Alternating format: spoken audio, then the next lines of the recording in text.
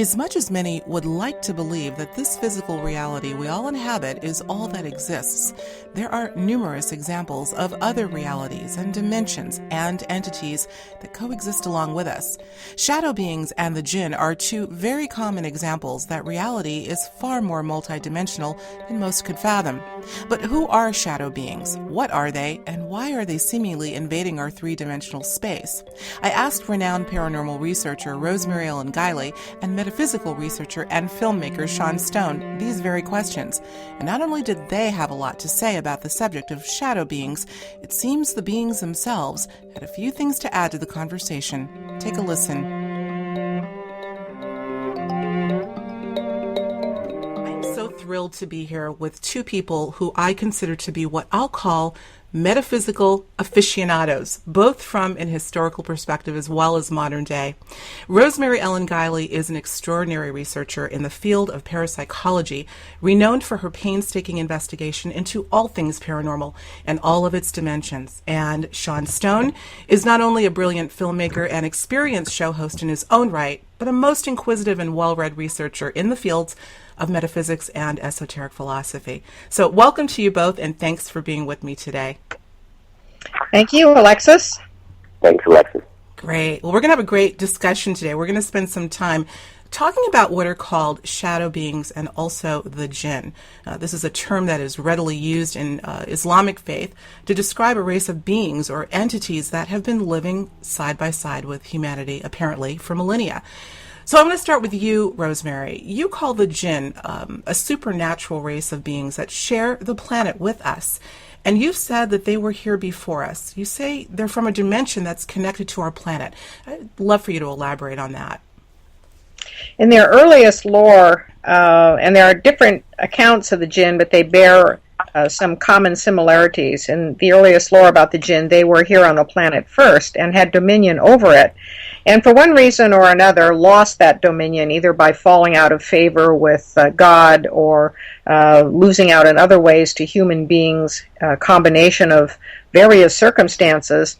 And so they retreated from the main physical world into literally kind of an underworld. And even in the early lore, we find accounts of them going underground, living below the sand in caves, beneath the earth, and also in lonely, remote areas. Very similar to a lot of stories told about the fairies, who also went underground when they lost dominion to human beings. And from a modern perspective, we can look at this rather as literally underground to another dimension, and that the earth does have different dimensions attached to it. We have our dimension, our reality, and then there are beings like the Djinn and other beings as well who also live on the earth, but they vibrate at another rate. They're literally in another dimension, and so we don't really see them all the time or experience them all the time, only when the various realities interconnect or even collide. And it seems that some of these beings, including the Djinn, who are very good shapeshifters, have the ability to find these thin spots between dimensions and can often come into our reality at will. We don't seem to have the same reciprocal capability, at least yet. And when they do, if they are of a certain temperament, they may pester us, harass us, trick us, attach to us, even possess us. Mm-hmm. So that's the short of it. That's the short of it, and I know there's a lot of meat to it, so I want to get into a bit of that right now. Well, you know, you've been studying shadow people for over 10 years now, and in the course of your research, Rosemary, you've made a correlation between what are referred to as shadow beings and the Djinn. How did you come to that conclusion? It was through a lot of analysis of patterns and experiences, and also information that was initially volunteered to me by shadow people experiencers. Back in 2004, I started studying this encounter experience, trying to figure out who exactly shadow people were and what their reasons were for approaching people in certain ways, especially in bedroom invasions. And I one by one, I eliminated various categories of beings because the patterns of behavior described by shadow people just didn't fit. Mm-hmm. And I discovered that the Djinn were a perfect fit, and that came about through analyzing these patterns of hundreds and hundreds of descriptions of shadow people with descriptions of the Djinn. And then that further led me into the abducting ET arena because a high number of shadow people experiencers volunteered that they were also ET abductees. It would be, I don't know if this information helps, but I've also been abducted by ETs. And so I discovered then through doing additional research that there was a very strong link between shadow people and abducting ETs. And the conclusion that I've had that shadow people are a form taken by Djinn, I have held on to that now for a good number of years. I haven't come across anything that persuades me otherwise. Mm-hmm. Well, I do want to make that connection a little further into our conversation about if there is a correlation literally between these entities of shadow beings, Djinn, extraterrestrials, interdimensionals, extradimensionals. There's such a cornucopia of influence, it seems, here. But Sean, I want to turn to you now. Now, I know that you have in recent years become a follower of the Islamic tradition. Was that sort of your impetus to understanding the Djinn, or did it start prior to that? Well, it goes back to when I first learned the word Djinn, which, as we know, it really translates in the Western world to genie. So actually everyone has heard of genies, but we don't realize it when people speak of Djinn, that it's the same thing. So I learned the word Djinn when I was working on my film Greystone Park, which was based on a lot of real experiences that I had with my co-writer and co-star, Alex Rafe. Alex is of Lebanese ancestry, so when we spoke about these shadow entities and this world that we were entering, he told me about the Djinn, sort of, I think they say it's like a smokeless fire, right? That they rise from. Isn't that the term, Rosemary? Yes, that's true. Mm-hmm. Yeah, smokeless fire. And so he described how, well, what's interesting about that notion of smokeless fire is it sounds very much like a plasma, right? Or some kind of, some sort of plasma-based energy, right? That's the fourth state of matter is plasma. So maybe that's where these Djinns reside. Now, when we were exploring Greystone, obviously we had many encounters with, invisible things that would make noises, or things that could create movement without. You'd see things fly by themselves, or you'd hear screams, or you'd hear sounds of haunting, but you weren't sure where they were originating from. So I think it's a strange thing where oftentimes people will say in the Islamic world the Djinns just account for all the paranormal phenomena, right? And then they kind of throw everything into that batch. So whether it's an alien, what we in the West would consider like an alien, gray-looking creature, or a fairy, or a demon, all gets lumped into the category of Djinns. Mm-hmm. I'm not sure that's correct, because in the course of my experience with Greystone, I also had a shadow phenomenon in my room, and that had been sent to me by a friend of mine who practices witchcraft. And so she had basically, conjured a shadow being and sent it to me. And my brief communication with the shadow being a little more telepathic thing, because it was lingering in the room. And so when I went to like a alpha kind of state where you're near sleep, and then I could sort of communicate with this thing, it seemed to be saying that it was from 10,000 years ago, and it was some kind of sorcerer. And what's interesting about that is this old Carl Castaneda book. I'm not sure. Actually, I can't remember which one it was, but he basically writes about these flyers. The Castaneda writes about what we'll call the flyers in the Mexican tradition. And the flyers sound very much like shadow people. They're basically psychic vampires. That they actually were the shadow forms of these old sorcerers and people who practice witchcraft. And he said, well, they buried themselves, and they then were able to project out of their corpse. They were not dead. They buried themselves alive, and were able to basically bring their body temperature and their energy to a very low state to survive for long periods of time, maybe hundreds of years. And in the course of that time where the body is buried, they would then project out of their body in a shadow form to feed energetically on people, you see. That actually may be where some of the shadow phenomena is coming from, which is why people often say, some people who knew this, they said, why do you think shadow people wear hats? I said, that's exactly my question. If this is some kind of alien being, why does it need the hat? And the reply I got was, well, they're protecting their crown chakra because they're actually projecting in an astral sense. That astral projection is right where you're entering a different dimension of existence. And when you're basically protecting your crown chakra so you don't detach from it or let's say, get lost in the process of the projection. That's actually where I actually understood that shadow beings are oftentimes sorcerers or people or perhaps ancient sorcerers who either passed on into the astral. And I think you get a feeling for that in the film Insidious, where they kind of describe the astral plane, right, where there's all these beings that get lost or cut off, and they're dwelling in the outer, called in that Insidious franchise. So that may be where some of the shadow phenomenon comes from, and I'm not sure how much, obviously the jinns could be shadowy, because people, when they do deals with genies, they do conjure these beings in sort of magic rituals, and oftentimes those beings can appear as a sort of a smoky form or an inchoate kind of substance that you're not quite sure what it is. So there are certain shadow phenomena that can be jinns, but I wouldn't say that they're all jinns.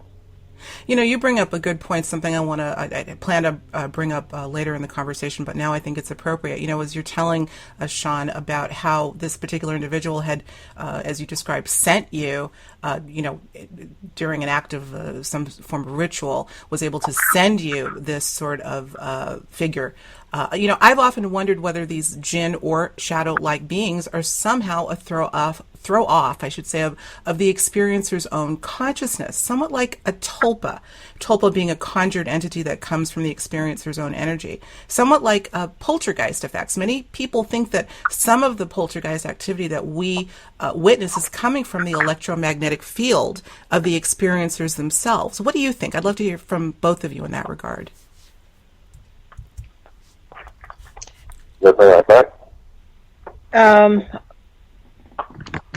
Could you repeat that, Alexis? I got a little muddled on mine. I want to make sure I answer the question. Let's see. I'm sorry, you'll have to edit that. I just want to make sure I'm answering the question I thought you asked. In a nutshell, what I'm saying is, just to sort of piggyback on Sean's comment about sort of conjuring, that was, the person that had sent him this sort of shadowy figure. Could it be that at least in some cases, what experiencers are seeing are perhaps a throw-off of their own consciousness, almost like the shadow part of themselves that's being reflected as if it's a separate entity, but could be some aspect of themselves?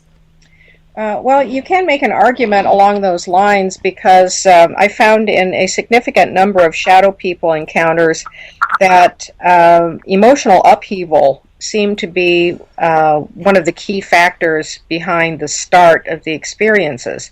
And these would be individuals who hadn't had any prior history of shadow people visits, but they were going through periods in life where they were in tremendous upheaval. They were sad, angry, depressed, very stressed out through circumstances in life, and while going through these periods of upheaval, that seemed to attract these shadow people visits. And now my own feeling is that shadow people are drawn to intense emotion like that because they literally feed off and vampirize that sort of energy, and that when they appear in shadow people form, they often evoke tremendous fear in people, and that also is an energy that they seem to want to absorb. So it's very difficult to draw a black and white line that separates all of these factors. There could very well be some projection from the person unwittingly that enables or energizes this sort of manifestation to take place. And I just want to add another comment to what Sean was saying about the hat, because people ask me that all the time. Why do these beings have to wear hats? Mm-hmm. And they're often weird hats or, old-fashioned hats. And why would an entity need to wear a cowboy hat or a stovepipe hat or a fedora? And there could be a number of reasons, and Sean brought up a very good reason. Another reason, and this goes back to lore about the Djinn, is that when they shapeshift, supposedly they can't get everything perfect. And there's a giveaway characteristics. In old times, it was often believed that it was the feet, because people kept their legs and feet covered. And so if you were able to glimpse their lower legs, they might be revealed as animal-like or very hairy, and that would be the giveaway for the Djinn. Mm-hmm. Well, I found that in many cases of shadow people encounters today, if they're not wearing hats, there's something very malformed or misshapen about the head. And so my conjecture has been maybe that's something that doesn't form very well in the shapeshift, and so they plunk a hat on it to cover it up. Also, there's something, I think, a little more terrifying to people about a solid black silhouette, a humanoid silhouette, with a hat on. Hats, certain kinds of hats, have the unspoken message of authority figure or maybe even danger, and that could have a subconscious effect on percipients as well. Mm-hmm.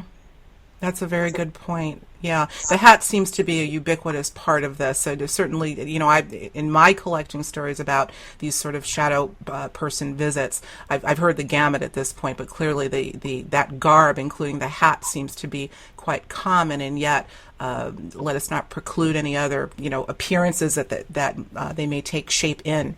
Well, I want to go back a little bit because we're diving right in, which is great, because there are literally so many dimensions to this very mysterious anomaly that's been going on, it seems, forever.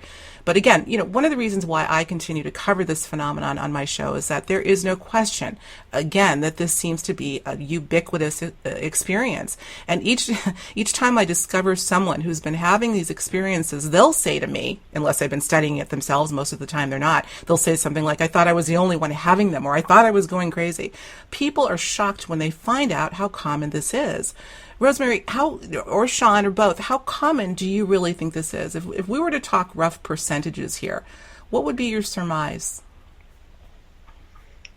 I don't think I could even put a percentage on it. However, the more I've talked about shadow people and collected data, the more convinced I am that this is probably the most common paranormal experience, if not one of the most common, and that what we see reported is only a tip of the iceberg. Mm-hmm. So many people don't even come forward until they've heard about the phenomenon or read an account similar to theirs, and then it's from the standpoint of like, oh my gosh, I didn't realize that this was real and that other people had the same thing happen. Mm-hmm.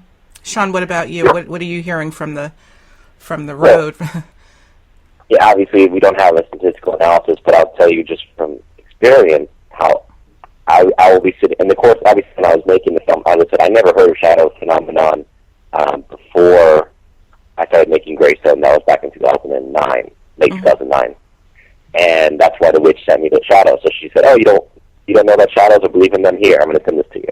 And it was interesting because the shadow ended up not attacking me because I basically kept waking up whenever I heard motion or I felt something in the room, and I stayed awake or I kept the light on, and ultimately my brother was a bit more skeptical. He was younger than me. He was high school age, and he was laughing about it. So I said, "Okay, come sleep in my room." And sure enough, the next day he calls me and he says, "Did I not tell you?" He's like, "Did I not tell you what happened?" I'm like, "What do you mean?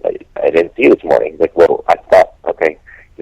He kind of got lost again. It was a bit foggy for him, and he said, "Well, the shadow basically woke me up, and I couldn't move or scream, right? And that's the whole shadow attack phenomenon or sleep right? And sure enough, he had the experience. He'd seen the shadow, and it was over him, and ultimately, went back to sleep, and then attacked him the second time.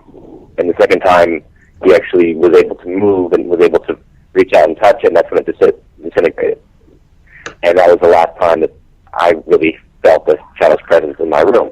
Mm-hmm. So in the course of obviously talking to other people, what becomes clear is if you sit at a table with five, 6 people, and it's intimate discussion, and people are, basically able to open up, I think you'll find that 1 or 2 out of 5 will say, yes, I've had a shadow attack in my life. Mm-hmm. And it's just amazing how people will open up when given the right context. If you're willing to hear them and actually not ridicule them, they will open up and tell you things. Even the most skeptical people will say, "Well, there was that one time." That's right. When I was on vacation, and I thought it was like, one thing was like, I thought my boyfriend had come back early, and like he was like a shadow, like reaching and like pulling the blanket, and then I woke up and realized like he was 100 miles away in a different city. Like people like open up and they tell you this stuff. That's right. So you hear these over and over, and you start to realize, yes, it's a very common phenomenon, but unless you're either willing to hear about it or aware of it, I don't think people are going to openly come out and say, yeah, I got attacked by a shadow last night. Right. Well, I mean, we could go into a whole philosophical dissertation as to why that is, and I think my audience knows. One of the reasons why I'm so dogged in covering this subject, the broad subject of paranormal, among other things, is that I think that it is way beyond the factor of novelty. I keep using that word ubiquitous. It is paranormal experience or extraordinary experience is a part of the foundation of our being here. And I really think it's key to explore. I advocate exploration, safe exploration, of course, to really try to understand, what is going on. And if these sorts of things that I'm not accustomed to seeing are happening, what am I capable of? So that's a whole other thing. We could go there. But you're absolutely right, Sean, that how many people have I talked to, lay people, that would never otherwise open up. They'll ask me what I do. One thing leads to another. Oh, let me tell you about the time when fill in the blank. So I've heard it all. Listen, we've got, unfortunately, a little bit shy of an hour today because of schedules, but I want to try to cram as much in as we can. I want to go back to the fear factor, Rosemary, a little bit in these shadow people visits. I think this is a very curious and profound aspect. That fear, that sheer terror, in some cases when these beings show up is the common denominator. And I know, Rosemary, you've made the point that the energy that's emitted from the emotion generated by this fear is key for them, acting as possibly a food source for these beings. This isn't the first time I've heard this. And Sean, I know you've addressed this as well in some of your interviews. In fact, many contend that our very presence and the emotion that we emit can literally feed and sustain whole dimensions. Whole dimensions. What are each of your thoughts on that? Well, I haven't come across that particular argument about sustaining whole dimensions, so I'm not sure I can elaborate on that very much. But in our relationships with various entities that we come into contact with here in our dimension, many of them seem to have the capability of drawing off energy. And, of course, we have many vampiric beings in our mythologies. Even the abducting ETs have various invasive ways of taking energy off, as well as genetic material off human beings. And when experiences are negative, whether they're described as fairies or demons or vampires, Djinn, whatever, there is a loss of life force energy in terms of health, concentration, quality of life, and that's been across the board since ancient times. So there is something about the generation of human energy that seems to be very attractive to other entities. My personal hypothesis is that if someone to come and be in our dimension and interact with us, they need energy to materialize and to stay in this dimension. And so it's going to have to come from some source of energy, and we're probably one of the best sources of that. Yeah. Sean, what are your thoughts on that? Listen, I know that you had a great show maybe a week or so ago from the time of this recording with a gentleman named Steve Richards from Australia, who I found most interesting in some of his assessment on, among other things, the emotion as food. And that's really kind of where I got that idea of possibly feeding whole dimensions. What were your thoughts on his comments and yours as well? Well, I'm not sure I've heard the notion of feeding entire dimensions, although I've heard the concept, and this I think is across many different cultures. They talk about how your thought forms, how your thoughts actually give life to forms. Mm-hmm. And maybe this is in line with the tulpa concept, although I'm not as familiar with that. But the idea being that our collective imagination can actually bring things into existence. Mm-hmm. And you start to wonder about, for example, the power of that, of urban legend or thought and manifestation. For example, this was it the Slender Man murders that took place recently with these kids who were scared of the Slender Man? It was in Minnesota, one of these, Wisconsin, right? Say again. What was it called? What was it? The Slender Man murders? Slender Man. I didn't hear about the murders. No. Yeah, I'm trying to remember if it was exactly the Slender Man, because there were 3 kids who were about 9, 10 years old, and they ended up murdering one of their friends. And the idea that the girl said was that Slender Man had told them if they didn't kill this girl that he was going to hurt them and their family. Wow. And it makes you wonder, obviously, are these girls just completely crazy, or did some kind of Djinn really scare them into this madness of being able to kill this other little girl, right? Mm-hmm. Now, that's not to say that it was. So again, the question is, thought form of Slender Man being the sort of online, cultural phenomenon or meme amongst young teenagers and tweens. Did that somehow manifest into the mental domain of the mental imagination? The point being, we don't understand the power of the imagination. And if you look at the real essence of magic, as laid out in the Hermetic tradition, it is predicated in the imagination of the magician. Mm-hmm. That we have this power of mind. And I think also if you look at the Buddhist tradition and a lot of the esoteric cultures, it's all predicated in the universe being mental. It's a mental universe. It's a question of where your mind is, where your focus is. Mm-hmm. The fact that there is no objective, and it goes, to even the quantum theoretics about a subjective universe. There is no objective reality. That's right. There's a subjective reality. So there's nothing that you can experience that is not part of your karmic destiny, your thought patterns, your basically your own willed existence, mm-hmm. in a sense. Yeah, coming from both the conscious and mostly from the unconscious brain. Mm-hmm. So when Jung and these guys started really inquiring into the nature of synchronicities, it led him to this notion of the collective unconscious, right? How our unconscious mind is so much more powerful than our conscious mind, and from that, the unconscious of all mankind, how is that influencing and implementing wars, social disasters, environmental disasters, right? The weather, everything, all these things being manifested. And it goes back to many of these individual and these various indigenous traditions, let's say, mm-hmm. right? Whether it's the Native Americans talking about the rain dance and the notion of being able to be in tune with the animals. And that's what you're talking about, Steve Richards' concept.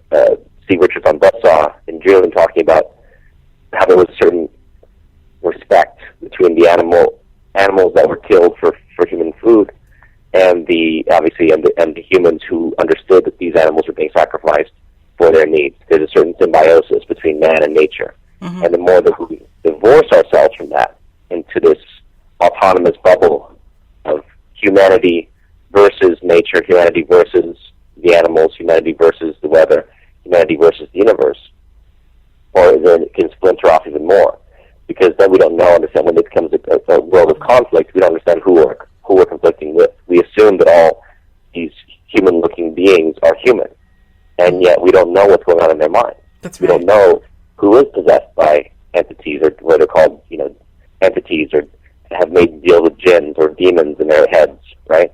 And thus, who is no longer really a human being, who is now just looks a human, but really is completely mentally gone or psychically detached from this world. Mm-hmm. So I think the point being that we already are in a multidimensional universe, and we have to recognize that first and foremost and try to find a sort of holistic approach within ourselves, because it really begins with every single person trying to find that symbiosis with family, friends, nature, surroundings, becoming more and more whole again. Mm-hmm. Mm-hmm. Wow. I think you're absolutely right. And as I'm listening to it, it just seems as if that there is truly this complete confluence of conditions that will allow for all sorts of, call them hybridized situations to happen. I want to go, you said a lot there, but I don't want to lose this thought. I want to go back to the idea of what I call creative imagination and the power of imagination that I dare say most people, at least in modern society and in Western society, really have no idea as to how powerful the imagination is. And needless to say, I think so many people in modern day have lost that power of true individual imagination. But you're right. You know, whether we're talking about the unconscious, well, not just unconscious, but the imagination, and as it works with even the unconscious mind vis-a-vis Jungian philosophy, but also Henri, I don't know if I'm pronouncing the name right, Henri Corbin, who is a French philosopher, that believed that the imagination could truly materialize in what he called the imaginal realm. Not imaginary, but imaginal. He believed that to be actually a dimension in which one's consciousness could go to be able to manifest and bring it into the physical domain. So all of these things that you're mentioning, I think, do have merit. Rosemary, what are your thoughts on all this? It's a mouthful that Sean gave us a moment ago. You there, Rosemary? Did I lose her? Sean, are you there? Yeah, I'm here. Okay, looks like I may have lost Rosemary. Well, let's see if she comes back to us. I don't know if she will. Rosemary, are you there? For our audience, just so you know, we had a little bit of an unexpected lull in our conversation. Thank goodness the magic of production, we can fix a little bit of this. But, we decided, Sean, Rosemary, and myself, that we should maybe let you in on what we think may be going on, because it may be relevant to this very anomalous and interesting discussion that we're having. We all got disconnected, first Rosemary, and then I had to try to piece us all back together, and then my computer mouse froze, and then Rosemary, you had some technical difficulties on your end. What is going on here? What's going on? It's them, and them with a capital T. That's another name for the Djinn. And I've found this over the course of time. This has happened to me for years, and especially when I get on the radio or I'm filming to talk about them, there's some kind of technical interference that either causes some interruptions or causes delays or even terminates the program. And in this case, I'm sitting here on Skype with my computer on my lap, not touching it, and all of a sudden the power went out. And I discovered that the plug to my computer in the back of the computer had been pulled nearly out. So I had been sitting for a while without power, and then the battery went. And then I had difficulty booting the computer back up. And when it booted back up, it was missing Skype, which comes up automatically on my system. So I had to find Skype and re-sign in. So it's just like one thing after another. Yeah. But this is very typical. Wow. And Sean, you there? I'm here. Okay. Your thoughts? You're the one that when we were trying to re-hook up with Rosemary, you had made that comment. Not at all facetiously, I don't think. I wouldn't doubt it at all. It's too bad, because I think we're having a very valuable conversation, and I do think people need to hear it. Please know, whomever is listening, that this conversation we are not having for the sake of novelty or just curiosity, but rather importance, that people understand who we are sharing the planet with, right? Mm. Well, look, I have no doubt that there are beings that are invisible, again, that can move things and make things happen without, from some sort of interdimensional source. I had one night where I had been steeped in this knowledge and experience for about 2 years at that point, and I was in New York at my father's apartment, and I was staying with a couple friends there, and it was very bizarre. The sequence of events was literally like a Paranormal Activity film, where first thing, it was like 1 in the morning or 2 in the morning, and there's the doorman building, so you don't have to get a phone call before anyone comes to visit. Well, these uninvited guests rang the doorbell, and I looked out, and I saw a shadow pass across the eye hole. But I opened the door, and there was no one there. So then I closed the door, and then again, my friend Alex was there, who was the one from Greystone, who'd gone with me there and done the film with me, and he started getting emails with messages that were very distinctly from something was watching us. And I also got texts on my phone and phone calls from these unknown numbers, and I knew it was them. And so I just ignored it, tried to go to sleep. As soon as I'm in bed, I hear this heavy 6-foot door just slam shut. I jump out of the bed, take a look at that. Okay, this is funny, guys. I just try to sleep. Next thing I know, I hear this buzzing sound, and it literally sounds like a chainsaw or something is grinding. I jump out of bed, run to the bathroom, and my electric toothbrush is spinning around in circles on the floor. Oh my goodness! Oh my goodness! There's your Greystone Park, okay? So, this is just kind of fun, like them messing around. Yeah. So, it's little things that they're doing. And so, yeah, I mean, this is real. It's part of the reality. And again, it's a question. I think that at the end of the day, it's not about saying like you have to be some kind of like crazy, wild-eyed fanatic or believe in supernatural things. I think what people like us are interested in the science.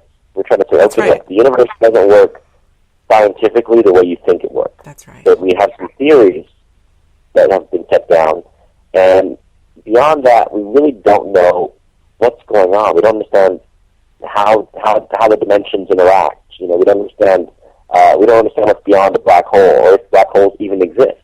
Right? That's still theoretical. That's right. But the point being, we have these theories that we put into play. So if you have experiences that are supernatural, then you have to work those theories into a new model of the universe. And I think that's really the point. Is we're not trying to be believers here. We're simply trying to say, based on experience, let's upgrade the science and our scientific models for how things actually work in this universe. Hear, hear. I agree wholeheartely. I really do. Where there is room for infinity, frankly, and I think that, again, looking at how we have been indoctrinated into such a finite model of the possible, which I think is no accident. Of course, I don't know. There may be some faction of our society that doesn't want to see people understand these things. And this brings me to another point. Sean, to you again.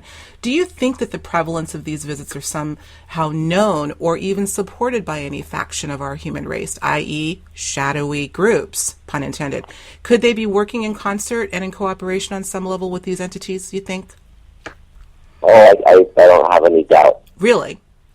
I don't have any doubt, because, look, I mean, we've had people like Michael Aquino on the show, Mm-hmm.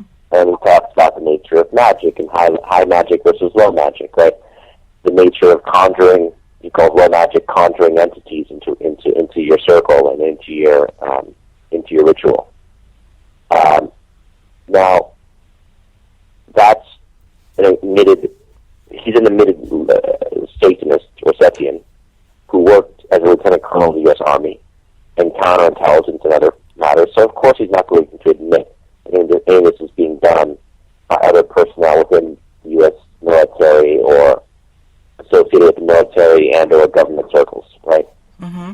But we can know anecdotally that rituals are performed by powerful bloodlines, by families that have maintained wealth and power over this earth for hundreds, if not thousands, if not tens of thousands of years. So what exactly is going on? I think people are practicing rituals. They are making deals on a spiritual level. There is a karma to a lot of these things. Mm-hmm. And it comes in different forms. And at the end of the day, what you have to understand is you yourself, as an incarnated being, do not necessarily remember the deals you've made in past lives. You don't know that you come into this body, you may already have sold your soul in a past life, which is one of these entities. You understand? Mm-hmm. So you're living basically through a much longer history than I think that we've normally been aware of. Right. And it's time for us to start realizing that we have to start becoming more accountable and aware of these entities and these beings that have been here and occupied this place. And again, going back to ourselves and our soul, reclaiming that relationship to the soul, mm-hmm. so that we can actually make changes and cancel and negate some of these attachments that have carried with us from past existences before they alter our future. Yeah, that's a good point. Rosemary, I know you've talked about intergenerational or generational curses as perhaps being one explanation as to why there are indeed, there seems to be this multi-generational visits by these people. That's very common, or by these beings, I should say. Could there be some sort of a long legacy of curse that happened many generations prior to the person that's experiencing them now? Yes, indeed. And this is a factor in some of the complicated cases that we find in entity attachments and hauntings of environments and literally harassment of entire families and interactions with them. The onset, the origin, could go way back generations when somebody had the wrong kind of interaction with these entities, and a claim was made to the bloodline. A lot of these entities don't have the lifespans that humans do. They exist over much longer periods of time, and they have the capability of not only following generations, but keeping tabs on people in the afterlife and following them through various incarnations. So part of our solutions to these difficulties is going to come in a complete reorientation toward life after life and whether or not we reincarnate. Not everyone believes in reincarnation. And so for a person who doesn't believe in reincarnation, then taking that sort of thing on board gets a little difficult. It's a little easier to believe that, well, my ancestors blew it, so I'm having a problem now, and that is often the factor. But sometimes it's the individual themselves, and they, in a past life, had some sort of negative dealings with these entities. It's a very complicated picture, and we're only seeing glimpses of it. We have small pieces of the puzzle, and we have to be open to all possibilities if we're going to arrive at satisfactory solutions to some of the more difficult cases that we're encountering. Mm-hmm. Well, on a note where I think we need to wind down, I think this would be an appropriate note to end on in terms of reconciling or coming to some sort of solution with this, this ubiquitous phenomenon. What might someone do? And I know, Ro, you and I have talked about this many times before. There is no one-size-fits-all solution. But I would like, in closing, to get each of your thoughts on some suggestions for all of the listeners that may be having these experiences, what they might try to understand, if not to rid themselves of the visitors themselves, but to understand what might be going on. Well, sometimes it's a process of elimination in finding the point of origin, and you have to look for causes in the present first before you start going into the past. But there are things that I've always recommended to people, just in general, to prevent problems from happening with these entities, and that's to have a daily practice of meditation, to keep themselves as spiritually oriented as possible, and to be mentally, physically, emotionally, and spiritually as healthy as possible. Mm-hmm. We also have to take a look at environmental conditions as well, because sometimes when people occupy the wrong piece of property that's occupied by entities, that's when some of these problems can originate. There are so many topical remedies that can be applied that will at least dampen phenomena, sometimes it does seem to take care of the problem. But these entities have lots of time to play with, and they can go away for a while and make you think the problem's solved and then slide right back in. So I'd hesitate to rattle off a lot of topical remedies because they may or may not have any effect on any particular situation. Mm-hmm. Sean, what about you? What are your thoughts on this? I think Rosemary is much more experienced in actually dealing with individual cases. I agree there's a mixture of topical remedies. There's various, things like sage, burning sage and putting salt and whatnot. But at the end of the day, you have to figure out what actually is going to work to get rid of these things. And it may require, a certain hypnotic regression into your own past or your own past lives to understand where perhaps some of these attachments are coming from. Mm-hmm. It could require just working on your own mind and overcoming the fear, basically being able to approach, losing the fear of these things, because as we talked about, they feed upon fear. So I think that's really where it goes down to, is finding that place, whether it be a place of faith, whether you find it in your religion or your spiritual practice, right? I think that's the most important thing when you're dealing with all these entities that exist in the universe, is that realizing first and foremost, can you overcome your fear of death or the unknown, right? Death is basically this barrier. And if you can overcome that fear and start to find your eternal soul, that which lives forever, that which prevails beyond the material realm, then I think you can start to actually have an awareness of how much power you have as a human soul. Well That's said. really where your mastery over these beings will come from that origin. And it's not going to happen overnight, because just like anything, it takes training and experience to sort of understand how to deal with them. And obviously not coming from a place of anger and hatred of them, but also from a place of compassion, because not all entities are bad, obviously. There's a mixture of, just like in humans, right? There are those who are more oriented towards the negative, towards the fear, lust, desires, the sinful side, right, which basically keeps them trapped in a cycle of feeding. Mm-hmm. And then there's the higher emotional state that raises your vibration, which is love, compassion, mercy, empathy, places, sort of the Christ consciousness, the Christ taught us, right? The Christ consciousness is all about that. So the more you can raise yourself there and approach these beings with a command, but also ultimately with a sense of love and forgiveness, perhaps, and offering them sort of a sense of that you're not going to play into their game of being afraid and being fearful and being vengeful and being hateful. That's a game that you can never win, right? Yeah. It just goes on and on. So if you can transcend that, I think that's really the ultimate path of finding your own spiritual liberation, and hopefully liberation for those entities as well, who are actually compelled toward the light, because that's what you're offering. Yeah, well said. Well said on an end note. So, Rosemary, where can people go to find out more? Obviously, you have several websites, but one is specifically focused on the Djinn and understanding the phenomenon. If you could give us that website. It's called djinnuniverse.com, and that's spelled DJINN universe.com. It's a website and also a chat board for people to talk about their experiences.